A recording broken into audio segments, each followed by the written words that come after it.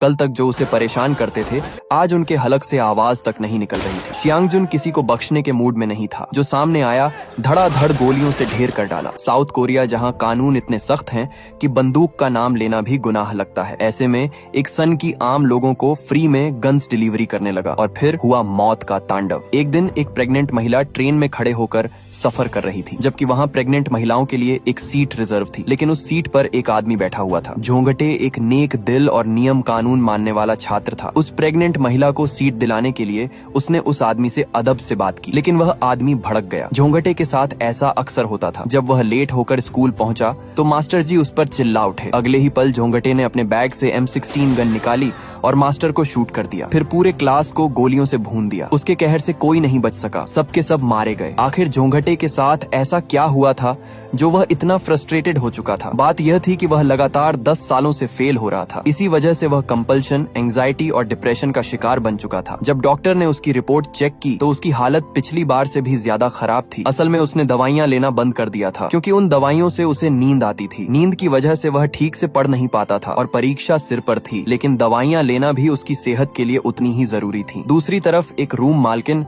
अपने किराएदार से काफी परेशान थी। एक तो वह 2 महीने से किराया नहीं दे रहा था, ऊपर से उसने रूम को कबाड़ बनाकर रखा था। तभी रूम मालकिन ने उसकी लाश देखी और चीख पड़ी। पुलिस को यह मामला आत्महत्या का ही लगा। इतने में लाश की जेब से कुछ गोलियां मिली। इतनी बड़ी गोलियां डिटेक्टिव एसियो ने अपने पूरे सर्विस करियर में नहीं देखी थी। वह तुरंत डिटेक्टिव लीडू को इसकी सूचना दिया, क्योंकि वह एक पूर्व सेना स्नाइपर रह चुका था और ऐसे मामलों को संभालने में काफी अच्छा था। रूम की जांच पहले ही हो चुकी थी। मरने वाला आदमी बेरोजगार था। इसी बीच सीलिंग के एक टूटे हिस्से को देखकर किम को शक हुआ। पता चला वहाँ गोलियों का खजाना छिपा था। दूसरी तरफ झोंगटे स्कूल वगैरह से छूटकर घर लौट चुका था। उसके नाम से एक पार्सल आया था, जिस पर ओनर ने ताना मारते हुए कहा, तेरे पास सामान मंगाने के पैसे हैं, लेकिन किराया समय पर नहीं दे सकता। वहाँ 6-8 के कमरों में लोग किसी तरह गुजारा करते थे। झोंगटे भी उन्हीं में से एक था। उसके कमरे के बगल वाला लड़का अक्सर रात को अपनी गर्लफ्रेंड को लेकर आता था। फिर वे दोनों मिलकर ऊधम मचाते थे। उनकी चीखें सुनकर झोंगटे की पढ़ाई डिस्टर्ब होती थी। नियम के हिसाब से बाहर वालों को यहाँ लाना सख्त मना था। उसने ऑनर से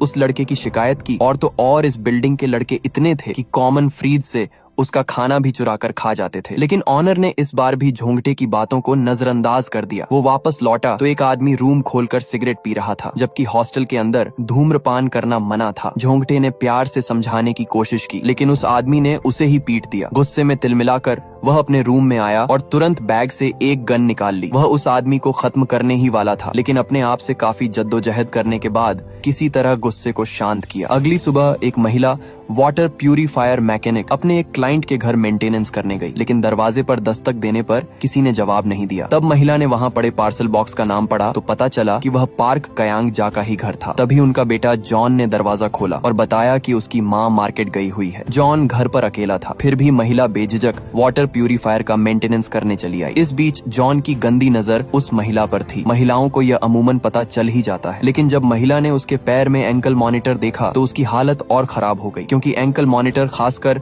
सेक्सुअल क्राइम केसेस से जुड़े जघन्य अपराधियों को परोल पर छोड़ने के बाद पहनाया जाता है, ताकि उनका लोकेशन मॉनिटर किया जा सके। महिला ताबड़तोड़ काम खत्म करके जाना चाहती थी, लेकिन जॉन ने उसका रास्ता रोक लिया। गनीमत रही कि डिटेक्टिव ली उसी वक्त वहाँ उसके एंकल मॉनिटर की जांच करने आ गए, वरना कुछ भी हो सकता था। जॉन का एंकल मॉनिटर सही से काम नहीं कर रहा था, जिसे ली का साथी ठीक करने लगा। लेकिन इस बीच जॉन बदतमीजी करने से जरा भी नहीं हिचकिचाया। सिर्फ इतना ही नहीं, उसने तो उसे जान से मारने की कोशिश भी की। मतलब जो आदमी पुलिस से नहीं डर रहा था। सोचो, अगर उसके दरवाजे के पास रखे पार्सल में गन होगी तो फिर वह किस लेवल की भसड़ मचाएगा। खैर, शाम को झोंगटे पड़ते हुए रेस्टोरेंट में डिनर कर रहा था, क्योंकि इस साल उसे हर हाल में पास होना था। लेकिन कुछ लोग वहाँ शराब पीकर शोर मचा रहे थे, जबकि वहाँ साफ लिखा था शराब न पिए, धूम्रपान न करें और चिल्लाकर बात न करें। लेकिन नियम की किसे पड़ी थी। इसके बाद जब झोंगटे पढ़ने बैठा तो बगल वाला पड़ोसी फिर ऊधम मचाने लगा। ऊपर से उनकी आवाजें अलग से डिस्ट्रैक्शन क्रिएट कर रही थी। आखिरकार तंग आकर झोंगटे ने उन्हें समझाया कि जो करना है करो, बस शोरगुल मत करो। लेकिन वह कहाँ मानने वाले थे। फिर वह हुआ जिसका किसी ने सपने में भी नहीं सोचा था। झोंगटे ने उन दोनों पर गोलियों की बारिश कर दी। किसी तरह लड़की बच गई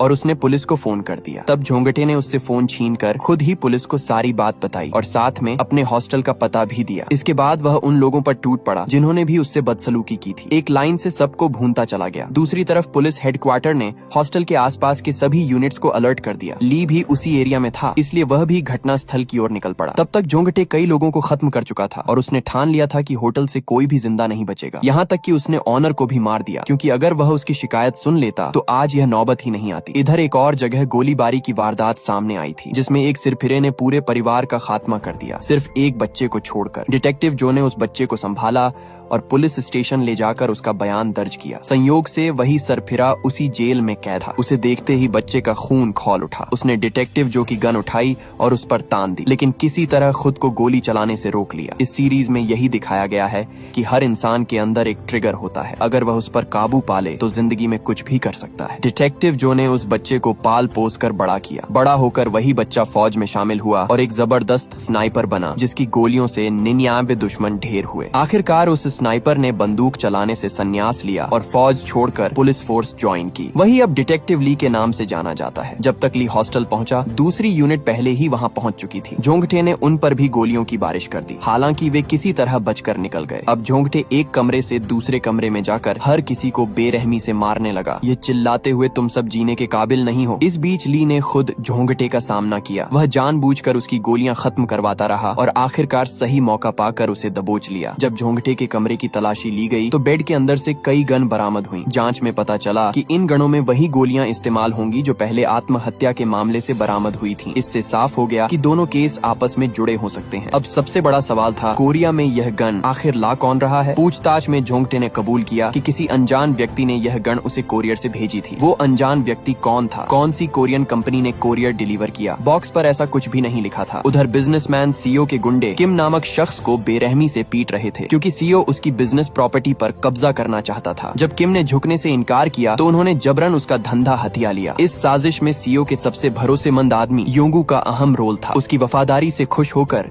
सीओ ने तय किया कि अब यह जगह योंगू ही संभालेगा। इसके बाद योंगू के गुंडों ने किम को बुरी तरह पीटा और उसे खत्म करने का काम जोंग मैन को सौंप दिया। जोंग मैन, जो सीओ के लिए काम करता था, किम को बोरी में भरकर सुनसान जगह ले गया ताकि उसे वहीं मारकर दफना सके। मौत के डर से किम ने पहले जान की भीख मांगी, फिर बताया कि सीओ उसका बिजनेस योंगू को देने वाला है, जबकि वादा जोंग मैन से किया गया था। ये सुनकर जोंग मैन को शक हुआ, लेकिन उसने सोचा कि किम झूठ बोल रहा है। तब बचने के लिए किम ने एक चालाकी भरा आइडिया दिया। उसके पास ढेर सारे गन थे जिनसे जोंग मैन अपने बॉस सियोको का पूरा बिजनेस हथिया सकता था। जोंग मैन के मन में एक पल को लालच तो आया, इसके बावजूद उसने किम की बात अनसुनी की और उसे वहीं मारकर दफना दिया। अगली सुबह जोंग मैन ने सीओ से मुलाकात की और उसे उसका वादा याद दिलाया कि किम का काम तमाम करने के बाद यह जगह वही और उसके लड़के संभालेंगे। लेकिन सीओ ने तुरंत मुकरते हुए कुछ पैसे थमाए और उसे भगा दिया। यह अपमान जोंग मैन और उसके आदमियों को हजम नहीं हुआ। गुस्से में वे उसी जगह लौटे जहां से किम को अगवा किया गया था। वहां उन्हें किम की कार की डिक्की में सचमुच गन मिली। इससे साबित हो गया कि किम झूठ नहीं बोल रहा था। अब सीओ के लिए मुश्किलें शुरू होने वाली थीं। उधर हाई स्कूल में कुछ लड़के अपने क्लासमेट ग्यूजन को बुरी तरह धमका रहे थे, क्योंकि उसने स्कूल की लड़कियों की अश्लील तस्वीरें ठीक से नहीं खींची थी। तभी गजिन का दोस्त सियांग जून दौड़ता हांफता हुआ वहां पहुंचा। दरअसल उसे यह सजा दी गई थी कि जब तक वह सिगरेट लाकर नहीं देता, उसका दोस्त पिटता रहेगा। इस पूरी घटिया हरकत के पीछे मायोल का एक ही मकसद था, बाइक खरीदना। इसके लिए वह स्कूली लड़कियों की गंदी तस्वीरें ऑनलाइन बेचता और मोटू से जबरदस्ती फर्जी सोशल मीडिया अकाउंट बनवाता था। गजिन और सियांगजुन दोनों उससे तंग आ चुके थे। जब तस्वीरों का खेल काम नहीं आया तो मायोल ने गजिन से उसकी माँ का आईडी कार्ड चुराने को कहा ताकि वह ब्लैक मार्केट से लोन ले सके। लेकिन गजिन ने आईडी चुराने के बजाय कुछ पैसे दिए और साफ कह दिया, मेरी माँ दिन रात मेहनत करके कमाती है, मैं उनका आईडी नहीं ला सकता। ये सुनते ही मायोल ने उसे बेरहमी से पीटा और फिर धमकी दी, तुझे वह आईडी लाकर देनी होगी वरना मैं तुझे जान से मार दूंगा। इधर जॉन ने अपने दरवाजे पर रखे कोरियर बॉक्स को खोला। अंदर गन देखकर उसकी आंखों में खतरनाक चमक औंध गई। उधर पुलिस झोंगटे के हॉस्टल के बाहर की सारी सीसीटीवी फुटेज खंगाल चुकी थी, लेकिन उनके हाथ कुछ खास नहीं लगा। तभी जांच के दौरान डिटेक्टिव ली को वही कोरियर कार्टन मिला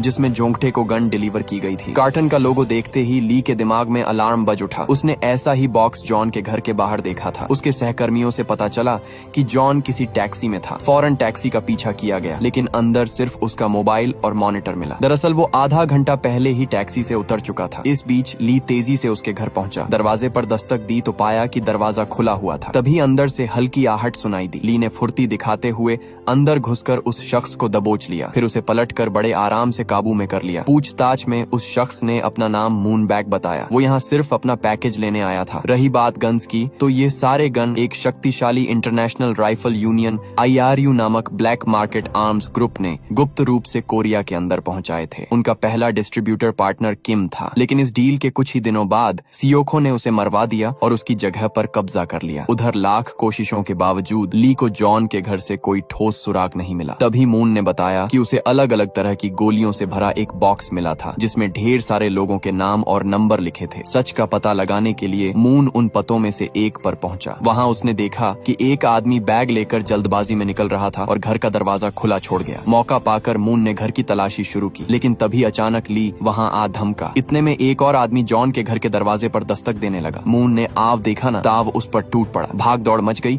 और आखिरकार मून की बदौलत वह आदमी पकड़ा गया। लेकिन असली टारगेट जॉन था, जिसकी लोकेशन कैमरों के जरिए ट्रैक हो रही थी। समस्या यह थी कि ली के पास गाड़ी नहीं थी जिससे वह जॉन का पीछा कर सके, लेकिन किस्मत ने साथ दिया। मूनबैग के पास कार थी और वह मदद करने के लिए तैयार था। फिर क्या था, उस अनजान आदमी को वहीं खंभे में बांधकर दोनों जॉन को पकड़ने निकल पड़े। कार में वही गोलियों से भरा बॉक्स भी था जो मून को मिला था। कैमरों के जरिए ट्रैक करते हुए आखिरकार पता चला कि जॉन पुलिस से भागने के बजाय सीधे गोंगिन स्यूबू पुलिस स्टेशन जा रहा था। खतरे को भांपते हुए ली ने तुरंत एक ऑफिसर को इसकी सूचना दी ताकि वे सतर्क हो जाएं और पहरा बढ़ा दें। लेकिन इससे पहले कि कोई कुछ कर पाता, जॉन पुलिस स्टेशन के अंदर दाखिल हो चुका था। ली भी बाहर पहुंच चुका था। उसने एक ऑफिसर से हथकड़ी ली और मून के हाथों में डाल ही रहा था कि तभी गोलियों की आवाज गूंज उठी। जॉन उन दो प्रोबेशन ऑफिसर्स को बंदूक की नोक पर ले चुका था, जो उसे हर दिन फोन करके उसकी लोकेशन पूछते रहते थे। आज उन्हें सबक सिखाने का समय आ चुका था। अगले ही पल उसने उन पर अंधाधुंध गोलियां बरसा दी। जॉन के लिए यह सब आसान था, क्योंकि वह पहले फौज में रह चुका था। पुलिस के पास सिर्फ रिवॉल्वर थे। ऑटोमेटिक असॉल्ट राइफल के सामने उनकी एक नहीं चल पाई। हाँ, उनके पास कुछ ऑटोमेटिक गन थी जो झोंघटे के पास से मिली थी और एविडेंस रूम में रखी थी। गोलियां मून की कार में थी, लेकिन वे सभी अंदर फंसे हुए थे। जॉन बाहर से उन्हें असली डर का मतलब समझा रहा था। एक छोटी सी गलती और उनकी जान जा सकती थी। इसके बावजूद डिटेक्टिव ली ने जान जोखिम में डाली और गोलियों की बौछार के बीच से गुजरते हुए एविडेंस रूम तक पहुंच गया। इस बीच बाकी कर्मचारियों को बाहर निकलने का मौका मिल गया। सिवाय एक के उसे गोली लगी थी, लेकिन वह वहीं रुका ताकि जॉन को बहका सके। उसने अपनी जान दांव पर लगाई, जिससे एक ऑफिसर को जॉन पर शूट करने का बेहतरीन मौका मिला, लेकिन उसका निशाना चूक गया। गोली जॉन के चेहरे को छू कर निकल गई। गुस्से में तिलमिलाकर जॉन जैसे ही खड़ा हुआ, ठीक उसी वक्त ली ने एंट्री मारी। उसने बिना देर किए फायर किया और जॉन को वहीं ढेर कर दिया। अगर वह ऐसा नहीं करता तो कई ऑफिसर्स मारे जाते। वहीं इस घटना के पीछे एक और राज छिपा था। पूरा मंजर एक अज्ञात न्यूज रिपोर्टर कैमरे पर शूट कर रहा था और पुलिस को इसकी भनक तक नहीं लगी। कुछ ही देर में यह फुटेज वायरल हो गई। खबर यह बनी कि एक पुलिस वाले ने एक अपराधी को जान से मार दिया। मामला उल्टा पड़ गया। ली पर जांच बैठा दी गई और उसे 3 महीने के लिए सस्पेंड कर दिया गया। रही बात उस गुंडे की जिसे खंभे में बांधा गया था, वह पुलिस के पहुंचने से पहले ही फरार हो गया था। एक अफसर ने उसे देखा और तुरंत पहचान लिया। वह आदमी सीओ के लिए काम करता था। उधर मूनबैग का रिकॉर्ड बिल्कुल साफ निकला, इसलिए गोलियां जब्त कर उसे छोड़ दिया गया। दूसरी तरफ अत्याचार सहते सहते सियांगजुन अब तंग आ चुका था। इस बार तो हद ही हो गई। उसे अपने ही दोस्त को मारने पर मजबूर किया गया। विवश होकर उसने गजिन को पीट दिया और धमकी दी कि अगले दिन अपनी माँ की आईडी लेकर आना। इसी बीच एक और चौंकाने वाला खुलासा हुआ। बिजनेसमैन किम जिंदा था। जोंग मैन ने उसकी बातों पर भरोसा करके उसे अपने साथ मिला लिया था। जब कोरिया में 10 ट्रक बंदूकें लाई गई थीं, उनमें से आधा ट्रक किम को बांटने के लिए मिला था। IRU वालों को जिन लोगों तक गन पहुंचानी थी, उनकी एक लिस्ट भी दी थी, जो किस्मत से किम की जेब में ही थी। लेकिन उन बंदूकों को बांटने से पहले ही सियोखो ने उसके होटल पर कब्जा कर लिया था। उम्मीद यही थी कि वह अब भी उन गनों के बारे में नहीं जानता होगा, क्योंकि वह होटल के स्टोर रूम में पैक करके रखी थी। किम और जोंग मैन को सीओ से बदला लेना तो था, लेकिन उनके लोग वहां जाकर गन नहीं ला सकते थे। तभी किम ने लिस्ट पर नजर डाली और पाया लिस्ट में पहला नाम वाला आदमी पहले ही 20 लोगों को गोलियों से भून चुका था। यानी लिस्ट में बाकी लोगों तक भी गन पहुंच चुकी होगी। अब देर किस बात की। जोंग मैन के लोग एक एक पते पर गन वापस लाने निकल पड़े, लेकिन एक गलती हो गई। जोंग मैन का मुख्य आदमी सू पकड़ा गया था, हालांकि सही समय पर उसे छोड़ा भी लिया गया था। इधर सू के पकड़े जाने के बाद मैनेजर सखो शक के घेरे में आ चुका था। डिटेक्टिव ली को शक था कि जॉन के घर पकड़ा गया आदमी सीओ का ही आदमी है। शायद वही इन बंदूकों के पीछे है। शायद वही है जो हथियारों का साम्राज्य खड़ा करने के लिए लोगों को फ्री में गन बांट रहा है। लेकिन सीओ ने इन सब से पल्ला झाड़ लिया। उसने साफ कहा कि मेन गणों से उसका कोई वास्ता नहीं। उसके लोग तो आज भी चाकू से काम करते हैं। कोरिया में गण होना अपने आप में ही अजीब था। सियोको ने तो सू को पहचानने तक से इनकार कर दिया, फिर भी डिटेक्टिव ली उसे धमकाता रहा, अगर इन सब में तुम्हारा हाथ हुआ इस बार तुम नहीं बचोगे। बेवजह सखो की टेंशन बढ़ गई, क्योंकि एक तो वह जिसे जानता तक नहीं था उसको लेकर उसे प्रॉब्लम हो रही थी। इतने में उसके एक आदमी ने सू को पहचान लिया कि यह तो जोंग मैन का आदमी है। फिर क्या था, सियो ने उसे तुरंत फोन करके बुला लिया और डांट फटकार लगाने लगा। और तब जोंग मैन सू के फोटो को देख मुकर गया कि यह उसका आदमी नहीं है, जिससे सियो को शक हुआ कि जोंग मैन उसके पीठ पीछे जरूर कुछ कर रहा है। उधर गजिन उन गुंडे क्लासमेट्स के कारण स्कूल जाना छोड़ चुका था, लेकिन फिर भी वो उसे मैसेज करके धमकाते रहे कि अगर वह माँ की आईडी लेकर स्कूल नहीं आया तो वह उसकी माँ के रेस्टोरेंट तक पहुंच जाएंगे। जब कोई रास्ता नहीं बचा, गजिन मन मारकर स्कूल के लिए निकल पड़ा। तभी उसे एक कोरियर मिला जो पूरा खेल बदलने वाला था। उस दिन स्कूल का हर एग्जिट गेट किसी ने लॉक कर दिया था। बच्चे तो बच्चे, टीचर्स भी परेशान हो उठे। दूसरी तरफ कुछ शरारती लड़के सियांगजुन की बेरहमी से पिटाई कर रहे थे। वजह सिर्फ इतनी सी कि वह 20 मिनट के लिए उनकी नजरों से ओझल हो गया था। कहाँ गया था, क्या करने गया था, यही पूछ पूछ कर उसे पीटा जा रहा था। उसे पिटता देख गजिन भागकर अपने बैग से गन लाने गया, लेकिन मायोल ने उसकी गन पहले ही निकाल ली थी। उन्हें लगा ये नकली गन है, बस डराने के लिए। मायोल ने गन उसकी ओर तान दी तो डर के मारे गजिन के पसीने छूट गए। वह गिड़गिड़ाने लगा, ट्रिगर मत दबाना। तभी बगल वाले क्लास से गोलियों की गूंज सुनाई दी। सियांगजुन के सर पर खून सवार हो चुका था। कोई दया नहीं, कोई रहम नहीं। कल तक जो उसे परेशान करते थे आज उनके हलक से आवाज तक नहीं निकल रही थी। सियांगजुन किसी को बख्शने के मूड में नहीं था। जो सामने आया धड़ाधड़ गोलियों से भून डाला। यह देख मायोल की हालत पतली हो गई, क्योंकि सबसे ज्यादा वही उसे तंग करता था। लेकिन सियांगजुन ने उसे खुद मारने के बजाय